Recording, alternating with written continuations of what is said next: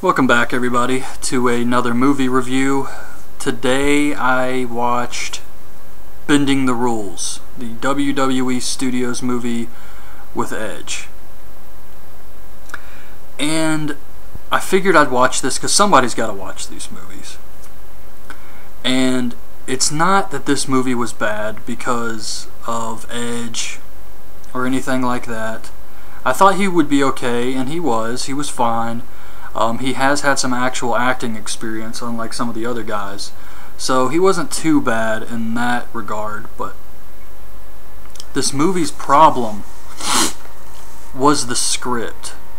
It just tried to do too much or something. I don't know what the hell this was. It was just so much back and forth. It was ridiculous. It was just, you couldn't care about this story at all. It was about a car, then it was about a gang, then it was about all types of stuff. It was just all over the place. So I thought Edge, he's done Haven, and I think he had like a tiny role in Highlander. I don't even know if he had any speaking lines. But he has had some actual acting experience other than, say, Randy Orton. So I think this movie wasn't really bad because of Edge. I thought he was fine playing Blades. But it was the script that really hurt this one, and it was just too much stuff. It just made it not a good movie at all. So it's in New Orleans again, like all these WWE movies, and Blades is leaving a bar. He's got like Mardi Gras beads on, and he's got like a hangover. He plays by his own rules. He bends the rules. So he's one of these guys. He kind of just goes his own way, does his own thing. And the first thing we see is he arrests this guy named Gil, who has this paper on him. And a guy in a ski mask shows up and points a gun at Edge, tells him to hand over the paper. Edge starts doing some comedy, making fun of the guy, says he looks like he can use a hug. This freaks the guy with the gun out and he runs away. That's the first thing we see. So, yeah, Edge is a goofball, relaxed, calm, always cool under pressure type guy. And he takes the guy to the police station, and he goes in and he sees the assistant DA's mother, who is the mom of Charlie and the hell is that other guy on 2.5 Men? You got Charlie Sheen and the other guy.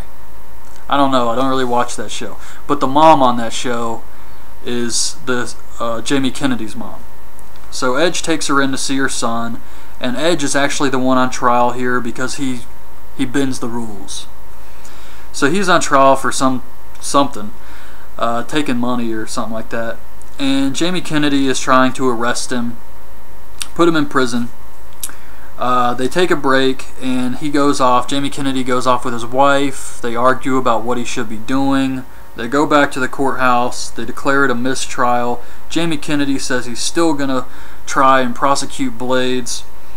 Then one of the guys in charge takes Jamie Kennedy off and says, just let it go. He refuses. Meanwhile, Blades is back at the police station, and he says he wants to investigate the paper Gil had. It's got some kind of numbers and letters circled. It's some kind of code. Like I said, this movie is very confusing, so bear with me here for this review. I'm going to try and do my best, I promise. But he's going to try and investigate this paper that's got codes on it. So he sends it off to his friend, this female cop, Jennifer Esposito. Edge goes to try and get an interview with Gil, who he can't see right now. He's not in jail. They kind of explain that later. He got bailed out, basically. For a really long time, it's a mystery how this guy was not in jail, but they do explain later he was bailed out. So then we see Blade's friends, the other cops, torturing Jamie Kennedy. They pull him over for no reason. They tase him. And they're just huge dicks to this guy. It is unbelievable. Kennedy, they call Blades and tell him to come check it out. Blades shows up, offers Kennedy a beer. Kennedy says it's my birthday, and he leaves. He goes home and he's got this really nice old car, and it's stolen. He goes in, his wife's upset with him, she takes the kids and leaves. So his wife and kids leave him, his car's stolen, he loses the case against Blades, the cops are treating him like shit. He looks out the window and he sees his stolen car drive by. He goes to try and catch the guy on a bike and he gets hurt. A cop pulls up and says, "Get out of the street." He says, "I'm bleeding, I was just in an accident, I think I may be hurt." And the cop says, "Get out of the street." I'm like, what the hell? Seriously? So the cop says, "I'll give you a ride to the station," because he made a report but no cops are showing up to help him find his missing car. So he goes to the station. We see Blades find out that the paper has a code of license plates. One of them is Jamie Kennedy's. So he's going around town looking at cars with the license plate that's in the paper. He sneaks into the house of these old men, and they're playing cards or something. A guy with an eye patch shows up and hits Blades from behind. He knocks him down. Blades sweep kicks the guy, knocks him down. The old men beat him up. They put a dog collar around the guy with the patch, and they just kick the shit out of him. Blades is looking for Gil. They say they haven't seen him. And then he tells them, "Call 911 or shoot the guy. I wasn't here."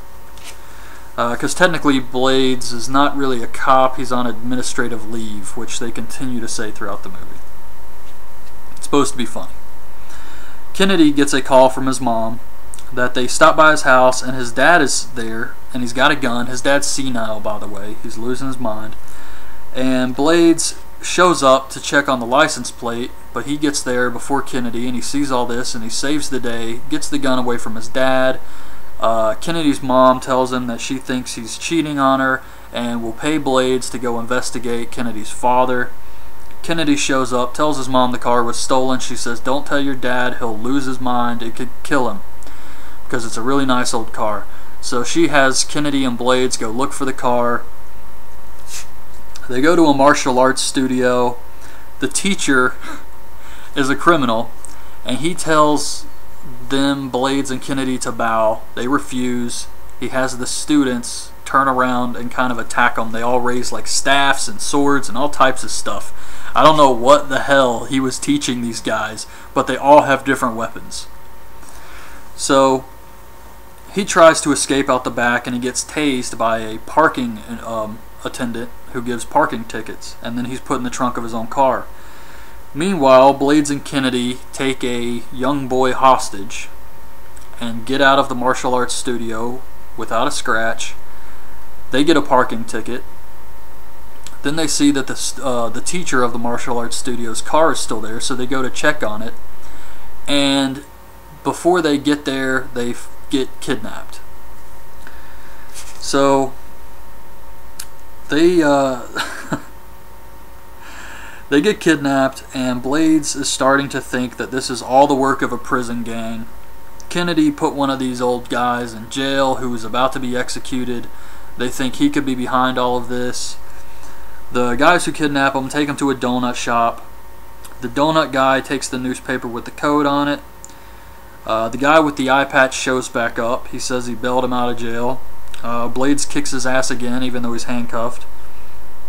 And the donut guy says he sent the guy with a ski mask to get Gil, because he wants to find out who he was delivering the paper to, who's making all the hits and killing these people. He tells Blades that the 4-4 gang and him have issues, and he needs Gil so he can tell him who is working for the gang and who's the hitman. Oh my gosh. So yeah, this was where it got kind of confusing. Basically, this gang is making hits on the other 4-4 gang members, and this donut shop guy wants to get the paper so that he can stop them from making the hits, or something like that.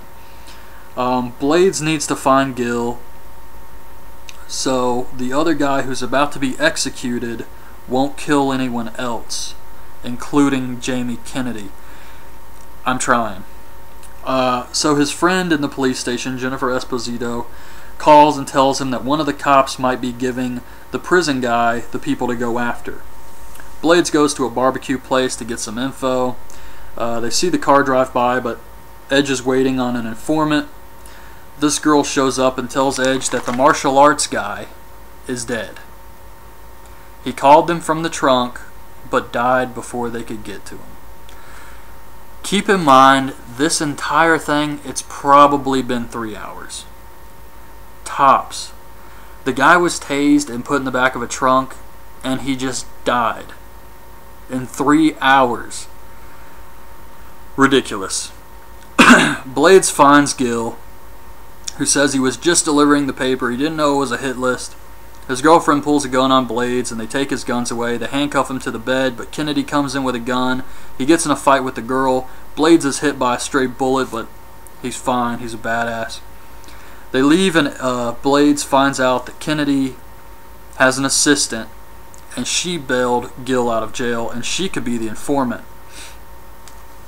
So they get this information, but they decide they have to go home because Kennedy's parents want to have a birthday party dinner for him. So they go home. Blades and Kennedy kind of bond. Apparently Blades has a daughter too who lives with her mom. Just more pointless scenes that really don't help the movie progress in any way. They're just kind of thrown in. Never mentioned again. They watch Kennedy's mom's movie. His mom is like a famous actress, the girl from 2.5 Men, and Edge is a big fan of hers, so they watch one of her movies together. It was supposed to be funny, but another pointless scene. The assistant of Kennedy calls Blades and says Gil will give him the guy that's killing everyone on the list, and then she says, "I'm scared."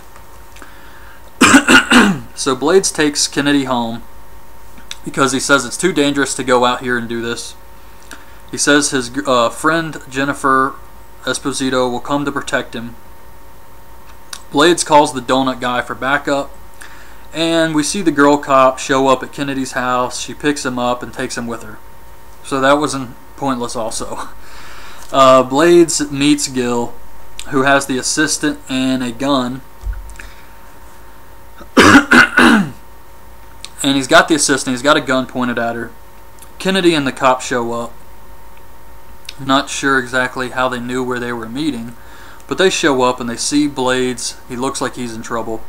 The assistant shoots Gil, and she says that her dad is the guy that Kennedy put away in prison who was about to be executed. So she was the informant. The cop, Jennifer Esposito, jumps out, but she gets shot. So Kennedy drives in to save Blades, and then we get a huge shootout with all these gangs. The one gang and then the donut guy's gang. Donut guy gets shot. I guess they all kill each other. The assistant lives. She tries to kill Jamie Kennedy, but Blades shoots her. The cop survived because she was wearing a bulletproof vest. And then they find out, because they're still trying to find this car that Jamie Kennedy desperately needs to find for his dad. And Blades says he's still, his mom thinks his dad was cheating. And then they realize that his dad wasn't cheating. He's just senile, and he takes the car to hotels to keep it off the street. So he wasn't going to hotels to meet women. He was going there to park the car. Beats the shit out of me. So they go to a hotel, and the car's there. They find the car, but the parking attendant guy, who's been killing people, shows up, and he tries to kill him. He smashes into this old nice car, destroys it. They get into kind of one of these standoffs where they drive the car directly into him, and they knock the guy out, smashing his car, and the other car, the old nice car, is totaled. In the morning, his dad finds that the car is missing, and he goes and he tells Jamie Kennedy that he's afraid the car has been stolen.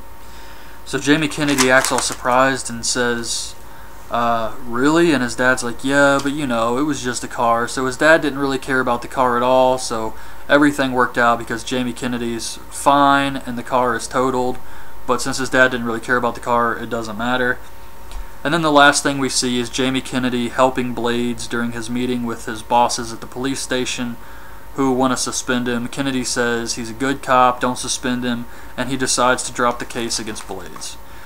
That was it. That was the entire movie, bending the rules. And like I said, the acting wasn't really bad. Jamie Kennedy was okay. Edge was okay. Had a couple famous people in it. But I mean, it was just, the script was too much. It was like, oh my god, in an hour and 20 minutes, they try and get all this storyline across, and it just wasn't a good enough story to make you care. If they would have made it a little bit simpler, this could have actually been a decent movie. The comedy parts weren't very funny. The action parts were so-so. So it's like the movie tried to do way too much. It tried to do too many things and just didn't get any of them right. If they would have made it like a simpler movie and just stuck with what they know, it would have been okay. But too many things at once killed this movie. So that's it. That's my review of WWE Studios' Bending the Rules, starring Adam Copeland, Edge. And like I said, I thought it was okay acting-wise, but yeah, bad movie. I'd definitely pass on this one. So that's it. I hope you guys liked the review, and subscribe to the channel if you haven't. Thanks to everybody who has subscribed. And that's it for this week. So thanks for watching. Bye.